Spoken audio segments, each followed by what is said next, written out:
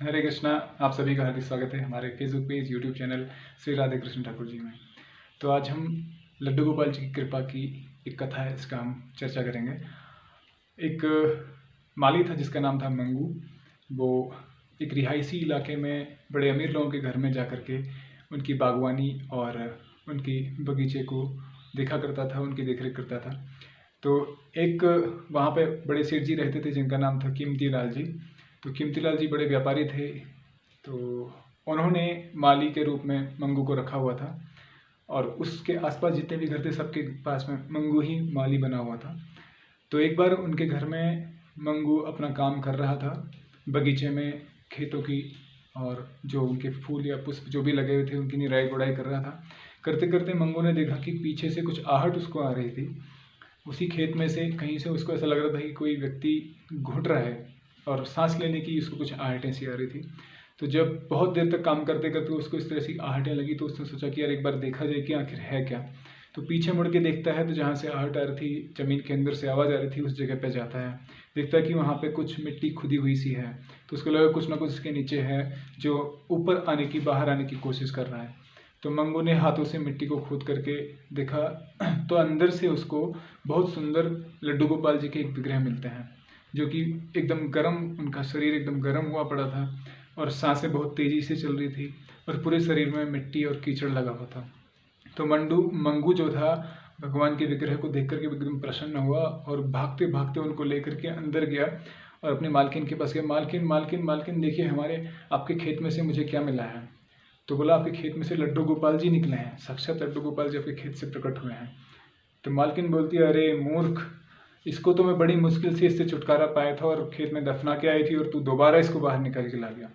तो उसकी मालकिन ने गुस्से में आकर के, आक्रोशित होकर के उसको मंगू की बड़ी डांट लगाई। बोला कि मूर्ख, इसको तो मैं मुश्किल से वहाँ पे दफनाया था, बड़ी मुश्किल से छुटकारा पाया था और तू आज फिर से निकाल के ला गया।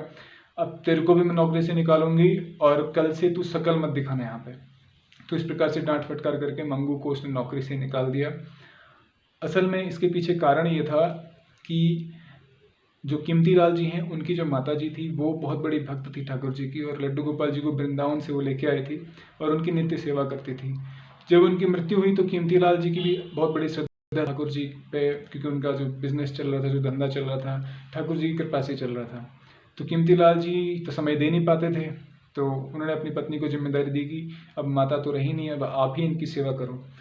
पत्नी जो थी, उनके 2 बच्चे थे, बड़े बच्चे थे, स्कूल जाते थे। तो उनको सुबह उठ करके बच्चों को उठाना, नहलाना, धोना, उनके लिए नाश्ता बनाना, उनको तैयार करना, स्कूल भेजना और दिन में खाना बनाना, शाम को उनको वापस आएंगे तो उनकी सेवा करना, उनको खिलाना, ये सारी चीज़ें उनको, बच्चों पे बहुत ध्यान रहता था उनका। तो सोचा कि यार बच्चों को मैं ध्यान, बच्चों की अगर काम नहीं करूं, ये इनके पीछे लगी रहूंगी तो मेरे बच्चों की देखरेख कौन करेगा। तो उसने सोचा ये लड्डू गोपाल के चक्कर में अपने बच्चों का बलिदान नहीं करने वाली। तो उसने लड्डू गोपाल जी की सेवा छोड़ दी और एक दिन उसने ऐसा निर्णय लिया कि लड्डू गोपाल को उसने ज़मीन के अंदर दफना दिया और बोल दिया अपने पति को कि लड्डू गोपाल चोरी हो गए। तो इस तरह से उसने लड्डू गोपाल जी से अपने बच्चों की खातिर छुटकारा पा लिया। आज वही लड्डू गोपाल जी मंगू को खेत में मिले और मंगू उनको निकाल करके ले आया और उसी लड्डू गोपाल जी के कारण मंगू को नौकरी से निकाल दिया गया और उसने पूरे इलाके में, पूरे क्षेत्र में बता दिया कि मंगू जो है चोर है, इसको कोई भी नौकरी पे ना रखे। अब मंगू बेचारा वहाँ से उदास होकर के गया और सोचते सोचते जा रहा था कि एक ही तो मेरी नौकरी थी और सारी नौकरी मेरी छिन गई है, अब मैं गुजारा कैसे करूँगा, घर परिवार कैसे चलेगा। तो मंगू सोचते सोचते विचार करते हुए जा रहा था। बोले, सोच रहा है कि लड्डू गोपाल मिले और मेरी नौकरी चली गई। बोले, इस तरह से जा रहा था सोच विचार करके। अब जब घर पहुंचता है, उसकी पत्नी मालती वहाँ पे इंतजार कर रही थी। बोले, अरे आज तो आप बहुत जल्दी आ गए। बोला, जल्दी क्या आ गया, ये देख, ये लड्डू गोपाल मिले, जैसे मेरे हाथ में आए और मेरी नौकरी खा गए। तो इस तरह से उसकी पत्नी बोलती है, अरे अरे शुभ शुभ बोलिए, ये भगवान है, भगवान के सामने आप ऐसी क्या बात कर रहे हैं। बोले, भगवान है, जो किया है, जो हुआ है वो अच्छे के लिए हुआ। तो बोले, आप भरोसा रखिए, ठाकुर जी सब अपनी कृपा करेंगे, ठाकुर जी हमारा ख्याल रखेंगे। बोले, एक ही तो नौकरी थी जिससे हमारा गुजारा होता था, अब हमारा गुजारा कैसे होगा। ये सब मंगू चिंता में बैठा हुआ था। पत्नी बोली, चिंता मत कीजिए, ठाकुर जी है ना, वो सब देखेंगे। तो पत्नी की श्रद्धा थी ठाकुर जी में। उसने सुंदर सुंदर और नए वस्त्र लेके आए। उससे ठाकुर जी को उन्होंने स्नान कराया, पोछा, उनको जो कीचड़ लगा हुआ था उसको साफ किया और नए कपड़े में लपेट करके उनको अंदर जाके मंदिर में रखा। और जो मिट्टी निकली थी एक पोटली में उसको उन्होंने रख लिया, कीचड़ और जो मिट्टी जो उनसे निकली थी उनके शरीर से। तो इस तरह से मंगू अपना विचार कर रहा था कि आज तक तो नौकरी करता था, कल से कैसे गुजारा चलेगा, घर परिवार कैसे चलेगा। और उसकी पत्नी पूछती है कि अरे सुनते हो, ये जो मिट्टी इनसे निकले इसका क्या करूं? तो मंगू ऐसे ही, एक तो वैसे ही खिंचा हुआ था, बोलता है कि अरे क्या करना है इसका, ऐसा करो बाहर आंगन में फेंक दो इसको। तो उसकी पत्नी जाती है और आंगन में उसको फेंक देती है। और मंगू यही खाना भी नहीं खाया क्योंकि नौकरी जा चुकी थी। सोच विचार करते करते उसको नींद आ गई। और सुबह जब उसकी नींद खुलती है तो वो क्या देखता है कि बड़ी सुंदर महक उसके कमरे में आ रही है। कमरा क्या, बहुत छोटी सी झोपड़ी थी, बिल्कुल निर्धन व्यक्ति था। तो उसकी झोपड़ी में सुंदर महक आ रही थी, सुंदर सुंदर महक आ रही थी। सोचा ये आज इतनी सुंदर महक यहाँ पे कैसे आ रही है। तो बाहर निकल के देखता है उसके आंगन में बड़े सुंदर सुंदर फूल, बड़े कीमती पुष्प वहाँ पे खिले हुए थे। तो वो एकदम आश्चर्यचकित होता है कि बोला अरे कल तक जो आंगन वीरान जंगल बंजर भूमि पड़ी हुई थी, आज उसमें सुंदर सुंदर फूल खिले हुए हैं। वो एकदम आश्चर्यचकित होता है। तो उतने में देखा कि वहाँ से कुछ लोग गुजर रहे होते हैं।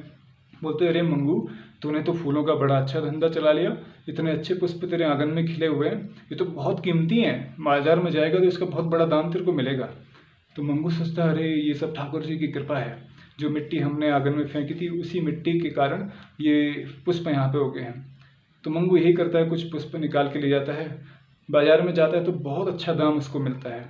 जितना वो पहले एक दिन में पूरी अपने दिन की दिहाड़ी कमाता था उसका कई गुना उसने एक दिन में पुष्प बेच करके कमा लिया।